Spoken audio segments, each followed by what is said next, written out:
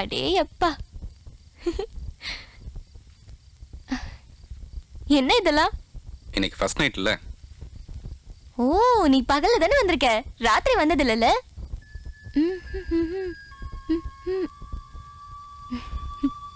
நான் வயசுக்கு வந்து ஆம்பளை இல்லாத ராத்திரியே பார்த்ததில்ல. எனக்கு போய் ஃபர்ஸ்ட் நைட்னு சொல்ற, சிரிப்பு தான் வருது.